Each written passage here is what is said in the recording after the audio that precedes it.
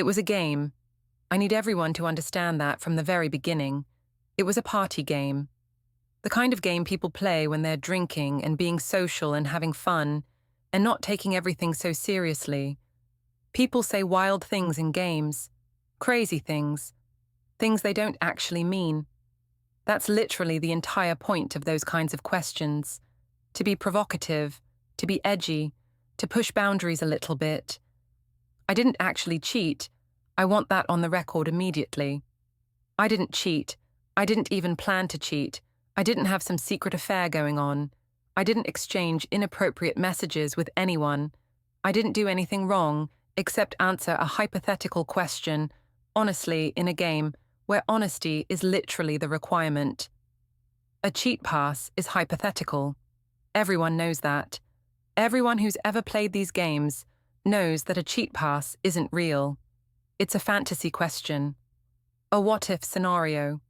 It's not an actual plan or a genuine desire or a real intention to do anything.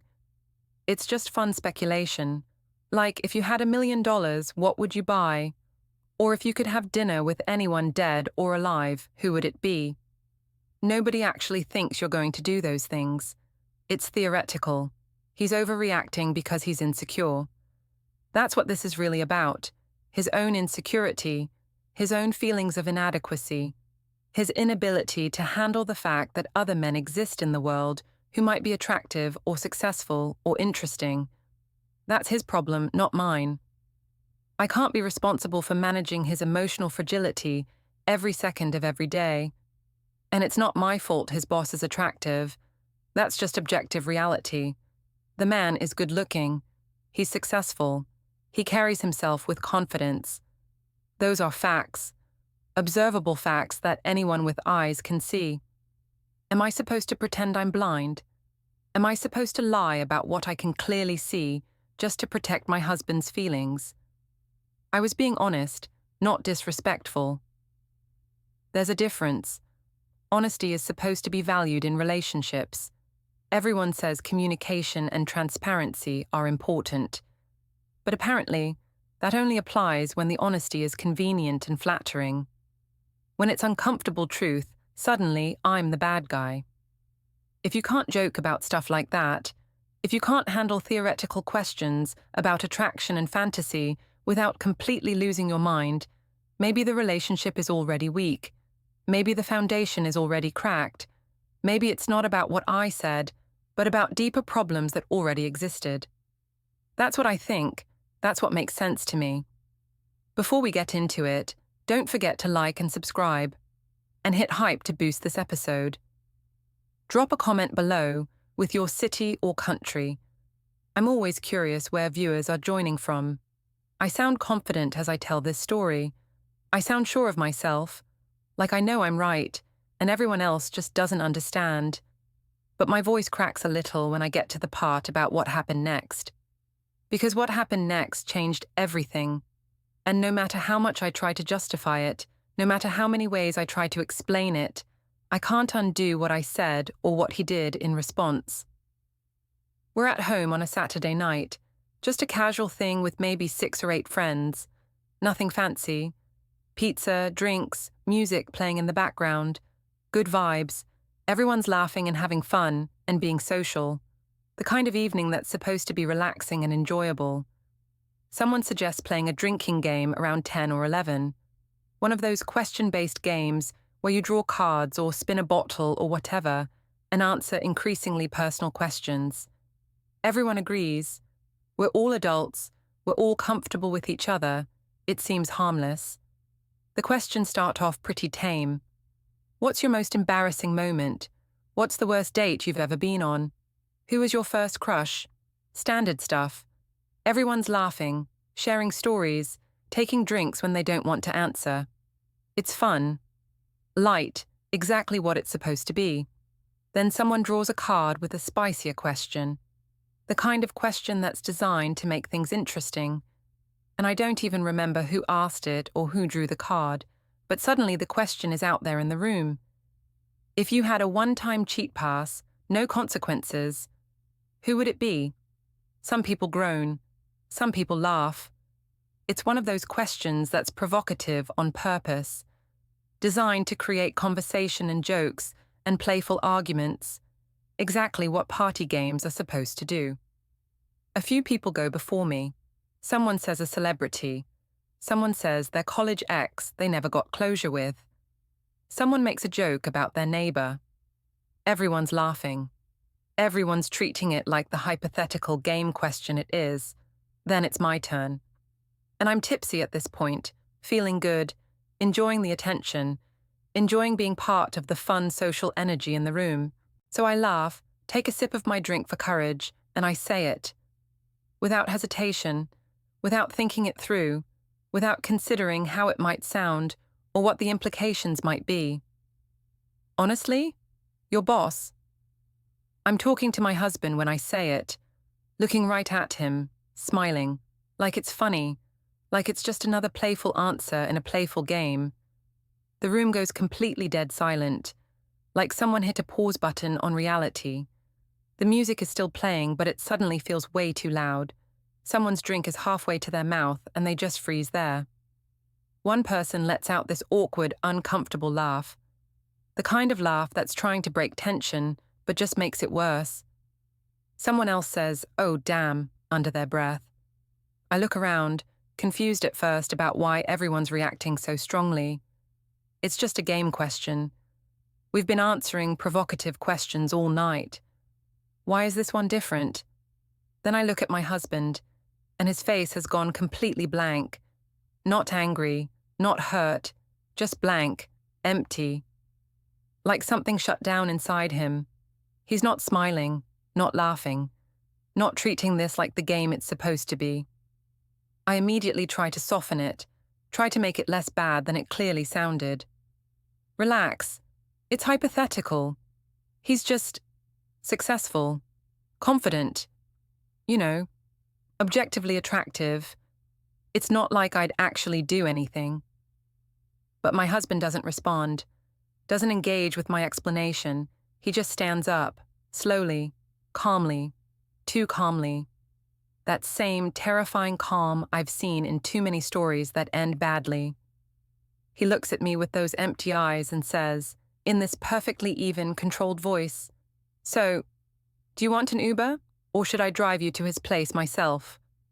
My stomach drops so fast I feel dizzy. The room somehow gets even quieter. Someone gasps. Everyone is staring. Okay, I need to explain this because everyone is acting like I said I was actively planning to sleep with his boss, like I announced I was having an affair, like I confessed to something terrible. But that's not what happened. That's not what I meant. That's not what any of this was. I didn't mean I'd actually do it. The whole point of a cheat pass question is that it's theoretical. It's fantasy. It's, in an alternate universe where consequences don't exist, who would you be curious about? That's all it is. That's all it was ever supposed to be. It was just attraction. Physical attraction. And you can't control attraction. That's not something you can turn off or pretend doesn't exist. You can control whether you act on it, obviously, but the attraction itself is just biological. It's chemistry. It's not a choice or a moral failing. He knows I like confident men. That's never been a secret. That's what attracted me to him in the first place. That's one of the things I've always said I value.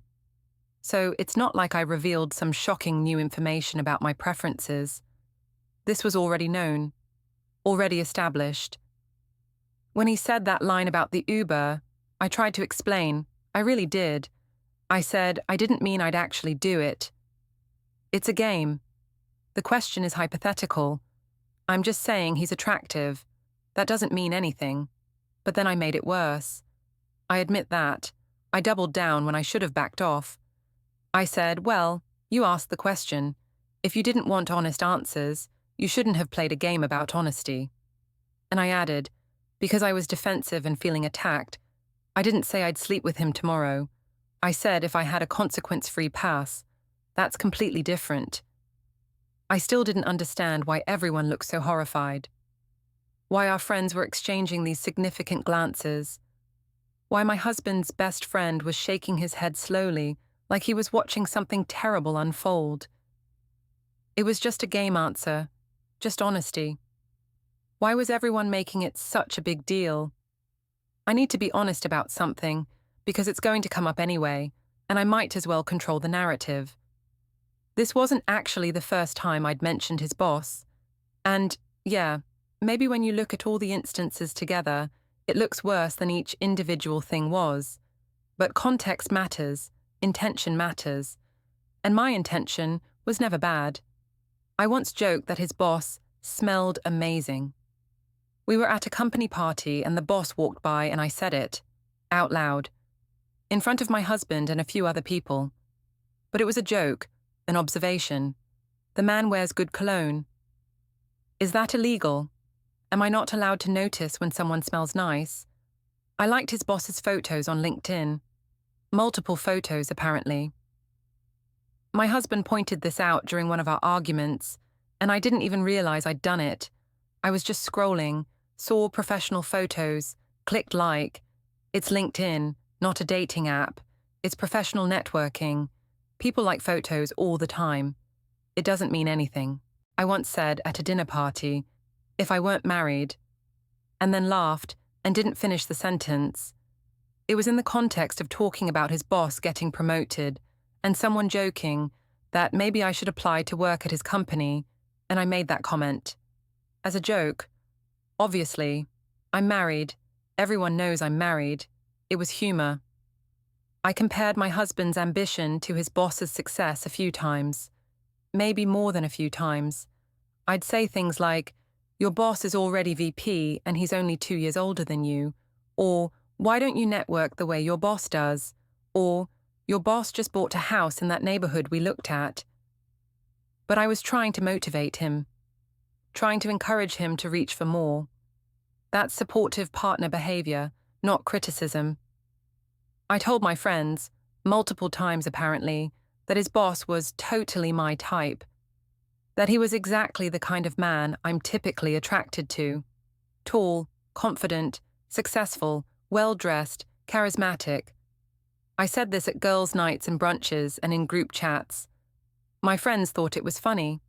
They'd make jokes about it.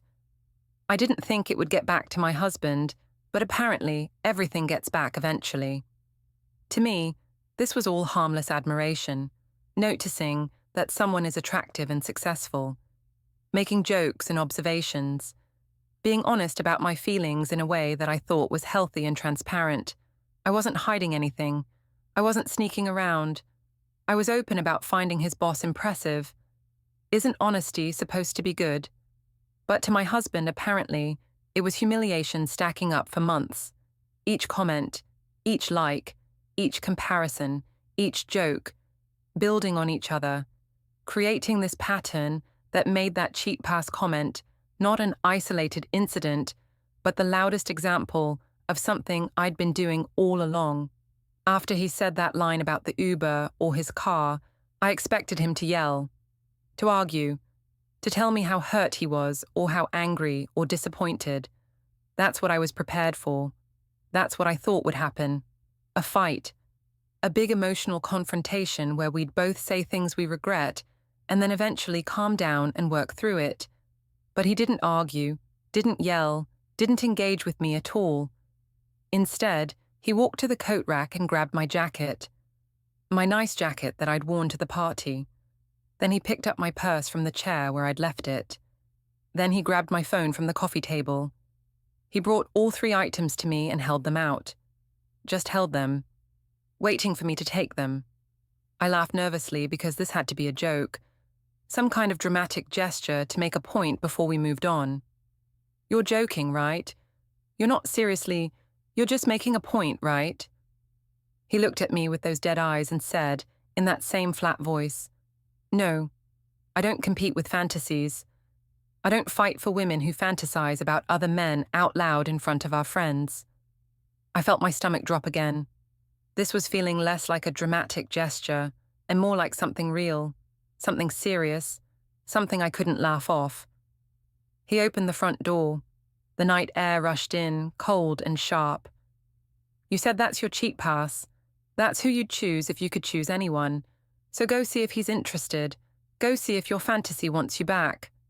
Our friends were still sitting there, completely frozen, watching this unfold like it was a car crash they couldn't look away from. One of them whispered, "Is he serious?" And nobody answered because nobody knew.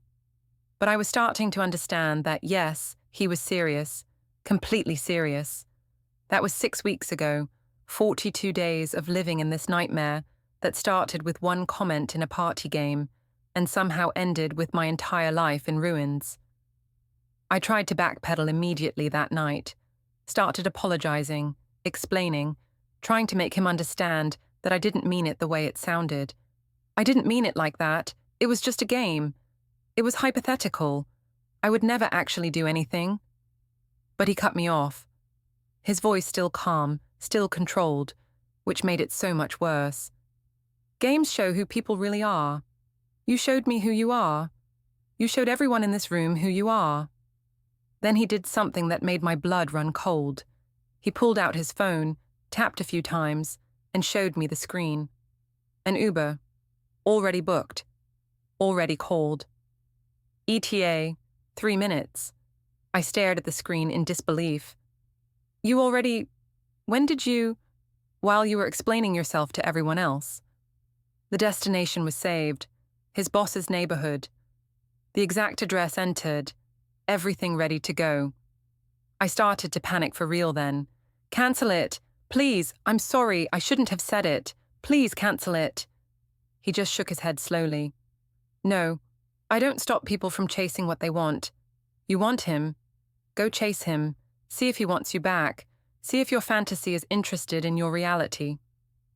He opened the door wider. The Uber was pulling up outside. I could see the headlights. This was actually happening. I stepped outside because I didn't know what else to do. My mind was spinning. My friends were staring. This couldn't be real. This couldn't actually be happening. The Uber driver rolled down the window, confirmed my name, asked if I was ready, and that's when I noticed something on the porch that I hadn't seen before. A suitcase. My suitcase. The one I use for trips. Packed. Sitting there like it had been waiting for me. My hand started shaking. You're really doing this? You packed my stuff? When? How? He just looked at me with those empty eyes. You embarrassed me in front of our friends. You fantasized out loud about another man while sitting next to me. You've been doing it for months, and tonight you just made it public. So now go see if he wants you. I tried one more time. One last desperate attempt. It was a joke. Please. You have to know it was just a stupid joke. That's when he delivered the final blow. The thing that made me realize this was really over. Don't come back pretending it was a joke. Don't come back at all. If he's what you want, go get him. If he's not, find somewhere else to live. But you're not coming back here.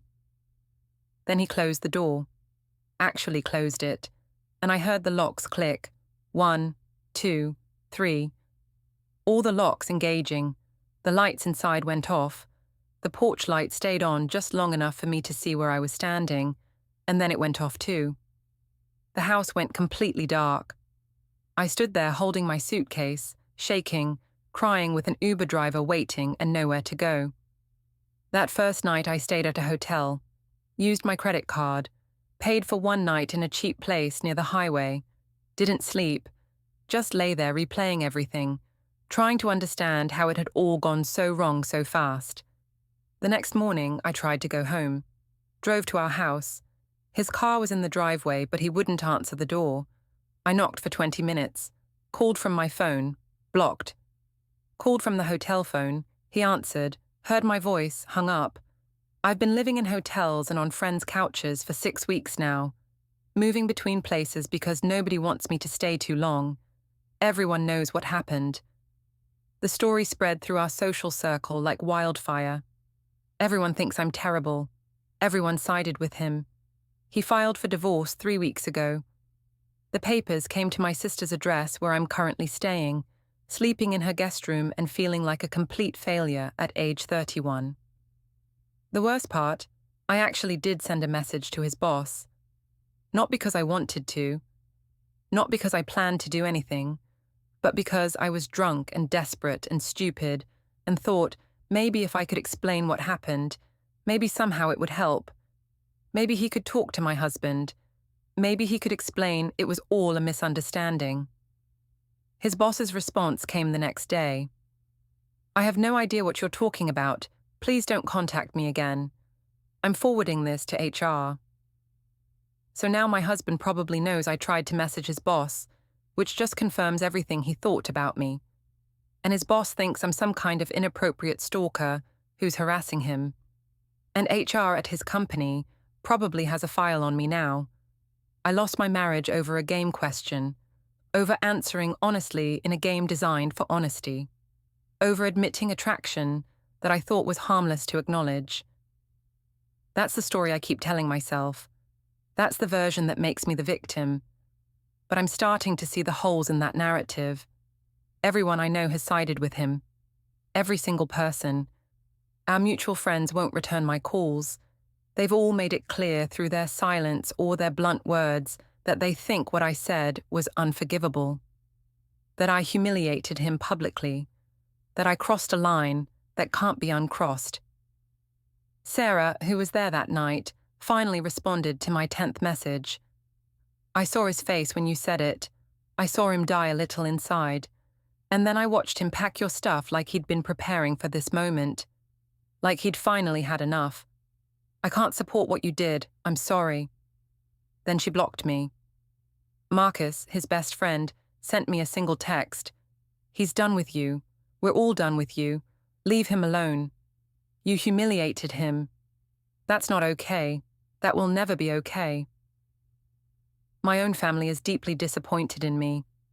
My mum called crying. Not for me, but about me. "Why would you say something like that about your husband's boss, in front of everyone? What were you thinking? I raised you to have more respect than that. I don't even know what to say to people when they ask. My dad won't talk to me about it at all, just changes the subject whenever it comes up. The one time I tried to explain, he held up his hand and said, 'I don't want to hear it. You made your choice. Live with it.' That was 3 weeks ago. We haven't spoken since. My younger sister, the one whose guest room I'm sleeping in, makes little comments every day. 'I hope you're saving money. Any luck on apartment hunting? My husband is wondering how long you'll need to stay.' The message is clear. My welcome is temporary and wearing thin. I can't afford to live on my own. That's the brutal economic reality nobody wants to acknowledge.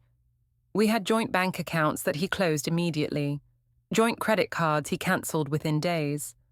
I went from having access to both our salaries and all our shared resources to having just my single income and whatever was in my personal checking account when he shut everything down. My paycheck barely covers survival now. I pay my sister $300 a month for her guest room. I pay for my own groceries, which she insisted on because her husband didn't want me taking advantage. Gas, car insurance, phone, utilities share, credit card minimums on cards I'm now using for everything because I have zero savings. There's nothing left for security deposits, nothing for furniture, nothing for therapy that costs more than my insurance covers, nothing for a lawyer even if I wanted to fight the divorce, nothing for emergencies. I'm one car breakdown away from complete disaster. I've been looking at apartments during every spare moment. Even the cheap studios in questionable neighborhoods want first, last, and security. That's minimum $2,800 where I live. Money I don't have and can't get. Banks won't give me a loan. I have no one to borrow from. I'm stuck. The only places I can actually afford are room rentals and shared houses. 31 years old, and I'm looking at Craigslist ads for roommate situations. Reading descriptions like 420-friendly house and casual vibes and must be cool with our cat colony, and trying to figure out which place is least likely to be a nightmare. I went to look at 3 places last week. The first one smelled like something died in the walls. The second one had a guy who answered the door in his underwear and seemed surprised anyone was coming. The third one seemed okay until the current tenant mentioned they were really into exploring alternative relationship structures, and wondered if I'd be open to discussing that further. I left all 3 places and cried in my car each time. This is my life now. This is what I've been reduced to. 31 years old, professional job, looking at rooms in houses with strangers who make me uncomfortable, all because I answered one question honestly at one party. I can't sleep anymore. 3, maybe 4 hours a night if I'm lucky, usually less. I lie on my sister's guest bed, which is really just a futon in her craft room, and I stare at the ceiling and replay that night endlessly. Every word, every expression, every choice I could have made differently. You, obviously, those 2 words would have changed everything. Those 2 words would have meant I'd be sleeping in my own bed right now, in my own home, with my husband beside me, instead of in the next state filing divorce papers. But I didn't say that. I said his boss's name. Without hesitation. Like it was funny.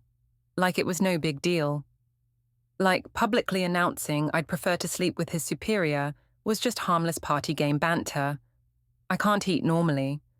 Some days I'm so anxious my stomach rejects food entirely. Other days, I eat everything in sight, trying to fill a hole that can't be filled with calories. I've lost probably 20 pounds in 6 weeks. My clothes hang off me. People at work ask if I'm sick. I lie and say I'm fine. My work clothes are all wrong now. The suits that used to fit properly now gap at the waist. The dresses hang loose. I look like I'm borrowing someone else's wardrobe. I look like I'm falling apart, which I am. But I can't afford new clothes, so I just safety pin things and hope nobody notices. I replay that night constantly, obsessively, the question being asked, my answer coming out of my mouth, the silence that followed, his blank expression, the Uber, the suitcase I didn't pack, the locks clicking, the lights going dark, over and over like a nightmare I can't wake up from. I've thought 1,000 times about what I could have said instead. You, obviously. Nobody, I'm happy. Can I pass on this one? That celebrity everyone thinks is hot. Literally, anything would have been better than naming his boss. But I was tipsy and enjoying attention, and being provocative felt fun in the moment. Until the moment became the worst decision of my life. Until fun became the thing that destroyed everything I had built. My therapist, the affordable one I found who takes my insurance and sees clients in a strip mall office between a tax place and a nail salon, keeps asking me why I felt compelled to say it. What I was really trying to express, what need I was trying to meet. I tell her I was being honest. Just being honest. Answering truthfully. She asks if honesty without wisdom is virtue or cruelty. She asks if I considered how my truth would affect him. She asks if I was testing boundaries, or testing his love, or testing how much damage I could do before he left. I tell her I didn't know there were boundaries I couldn't cross.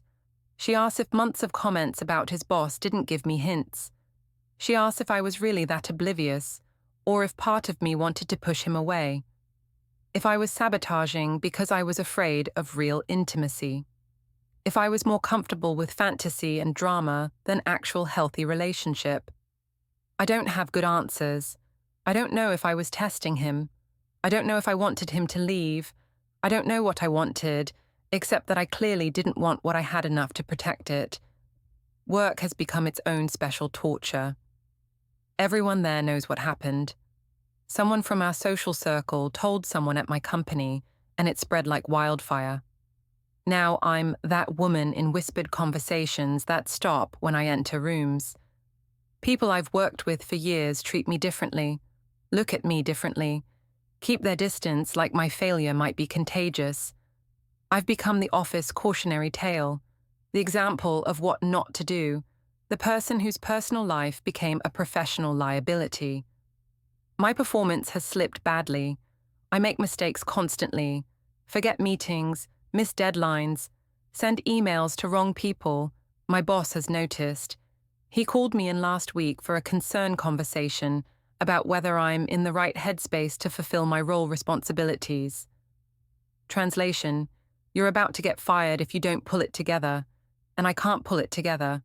I can't focus, can't think straight, can't do anything except survive minute to minute and try not to completely fall apart at my desk. If I lose my job, I lose everything. I'll be unemployed, homeless, divorced, and notorious all at once. That's not a combination you recover from. That's rock bottom with a shovel digging deeper. I don't have good answers for any of these questions, and that's what kills me. I can't even explain my own behavior to myself. I can't give a reason that makes sense. I just did it. I just said it. And now I'm paying a price that seems so far beyond the crime that it feels almost unfair. Almost. Work has become unbearable. Everyone knows. Someone found out and told everyone, and now I'm that woman who told her husband she'd cheat with his boss. In every whispered conversation that stops abruptly when I approach. People I've worked with for 3 years look at me differently now, treat me differently, like I'm someone with catastrophically bad judgment, like I might say inappropriate things, like I'm someone to be wary of and keep at arm's length. I've become the office scandal, the cautionary tale, the person others use as an example of what not to do with your personal life. My boss called me in 2 weeks ago for a conversation about maintaining appropriate boundaries and professional conduct, which is corporate code for your personal disaster is reflecting poorly on us and you need to fix it or leave. He said he wasn't judging my personal choices, which obviously meant he absolutely was judging them, but that I needed to be aware of how my reputation outside work could affect my professional standing. He said clients might hear things, that my credibility could be impacted, that I needed to be mindful going forward. Translation, you embarrassed us, and if this doesn't blow over fast, we'll quietly manage you out during the next restructure. I'm on borrowed time there too. My performance has gotten worse since that conversation, not better. The pressure makes everything harder. I make mistakes constantly, forget deadlines, miss meetings, send reports to wrong people. My boss has noticed. Everyone has noticed. I'm spiraling and everyone can see it, but nobody is helping because I've made myself unhelp-able. I tried reaching out to my husband one more time last week, drunk at midnight, stupid with wine and desperation. Sent him a long, rambling email explaining everything, how I didn't mean it, how it was just a thoughtless answer to a thoughtless question, how I miss him, how I miss our life, how I'll do anything to fix this, how I'll never make another comparison, how I'll be better, how I'll be perfect if he just gives me one more chance. He didn't respond to the email, but his lawyer did. Sent me a formal letter stating that any further contact should go through legal channels only. That continued attempts to reach him directly would be considered harassment and could result in a restraining order. That I needed to stop immediately, so I can't even apologize anymore. Can't even try to explain. The door is closed, locked. With legal consequences, if I try to open it, I'm completely shut out of the life I had 6 weeks ago. I'm losing everything sequentially. Already lost my marriage. Already lost my home. Already lost my friends. Already lost my family's respect. Currently losing my job stability. Currently losing my financial security. Currently losing my sense of self. Next, I'll lose my sister's guest room. Then I'll lose my car when I can't make payments. Then I'll lose everything else until there's nothing left. And I still don't fully understand why this particular comment was so unforgivable. I've said worse things to him over the years. We've both said mean things during fights. But this one comment, this one answer to this one game question, this was the thing that ended everything. This was the unforgivable sin. This was the line that couldn't be uncrossed. But I'm starting to understand that it wasn't about that one comment. It was never about just that night. It was about the pattern I'd been building for months without realizing it was a pattern. All those little comments about his boss, all those comparisons, all those jokes, they were adding up, creating this narrative that his boss was superior and desirable and worthy of my attention in ways my husband wasn't. I'm starting to understand that maybe when you spend months making your partner feel like their second choice, like they're the consolation prize, like they're only with you because you couldn't get the person you really wanted, eventually they stop wanting to be a choice at all. Eventually they choose themselves. Eventually they decide their dignity matters more than your relationship. I'm starting to understand that honesty without kindness is just cruelty in disguise. That transparency without tact is just violence with a nicer name. That saying every true thing you think doesn't make you authentic or brave or real. It just makes you hurtful. But understanding doesn't fix anything. Understanding doesn't rewind time. Understanding doesn't unsay words, or undo choices, or rebuild what I destroyed. Understanding just means I get to lie awake at night, knowing exactly how I ruined my own life, which is somehow worse than not knowing. So that's where I am, 6 weeks after one comment, living in my sister's guest room, divorce pending, reputation destroyed, life in ruins, and part of me still wants to say I didn't deserve this, that it was one comment, one answer to one question in one game, that I never actually cheated, that I was just being honest about finding someone attractive. But I can't fully commit to that narrative anymore, because I'm sitting here alone, in a room that's not mine, in a life I don't recognize, realizing some truths that hurt to admit. I didn't just answer a question. I publicly announced that, given the chance, I'd choose his boss over him. I said it in front of our friends. I said it while sitting next to him. I said it without hesitation or care for how it would make him feel. And it wasn't isolated. It wasn't out of nowhere. It was the culmination of months of behavior that I've spent 6 weeks trying to minimize and excuse and explain away. Months of comments and comparisons and jokes that weren't really jokes at all. Months of making him feel inadequate by holding him up against someone he has to see every single day at work. Someone who has power over his career. Someone whose opinion affects his professional life. I liked his boss's photos on LinkedIn multiple times. I mentioned how good his boss smelled at a party. I said if I weren't married, and let that hang in the air. I compared their career trajectories constantly.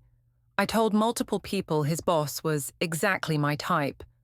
I created this pattern of behavior that made that cheat pass comment not a random mistake, but a confirmation of something everyone already suspected was true.